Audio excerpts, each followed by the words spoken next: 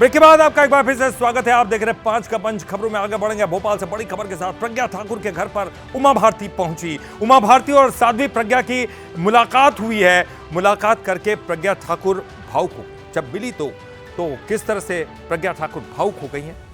Malegaon blast से बरी होने के बाद ये पहली मुलाकात थी उमा भारती के साथ। 2008 में मालेगांव ब्लास्ट हुआ था। ब्लास्ट में 6 लोगों की मौत हुई थी, 100 से ज्यादा लोग घायल हुए थे। मुलाकात करके भावुक हुई हैं प्रज्ञा, और ये तस्वीरें आपको दिखा रहे हैं। उमा भारती मुलाकात करने के लिए पहुंची। एक बार फिर ये मुलाकात की तस्वीरें आपको दिखा रहे हैं। अब पूरी तरह से बरी हो चुकी हैं उमा भारती। मुलाकात करने के लिए पहुंची साध्वी प्रज्ञा से।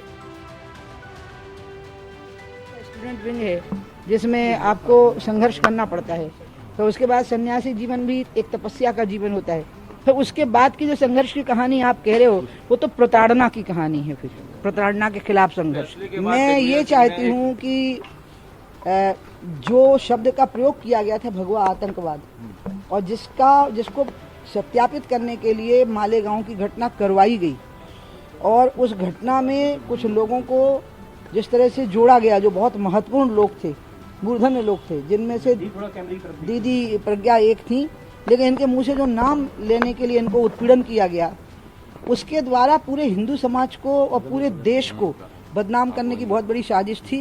ये सारे नाम सामने आए और इन पर देशद्रोह का केस चालू होना चाहिए।